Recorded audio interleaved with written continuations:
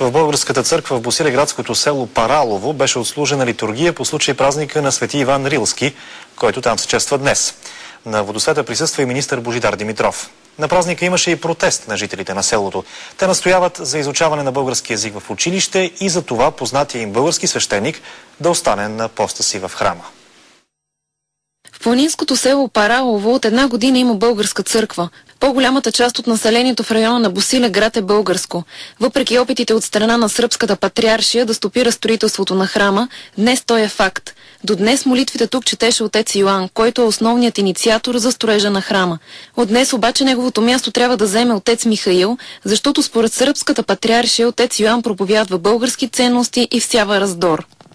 Трудностите бяха още от началото, значи от нашия владика, той вече ескалираха, сега момента са вече ескалирали, значи попречим от това самото име на Свети Иван Рилски, защо на български светейци, защо в сръбска епархия да се прави.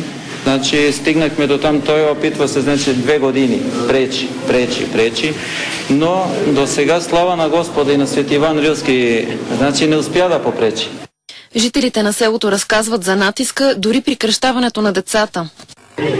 Искаха да го опишат Богданова Лидия. Не, казах аз Богданова. Той е момиче. Богданова. Имаше много перипети и такива работи. Значи националисти много. Колко ти душата иска. Иначе в Паралово живеят предимно възрастни хора. Те живеят бедно, препитават се с земеделие. Въпреки бедността обаче милеят за всичко българско. Гледат само българска телевизия, настояват за изучаването на български в училище и днес протестираха с плакати, написани на български език. Това е българска черква, бе.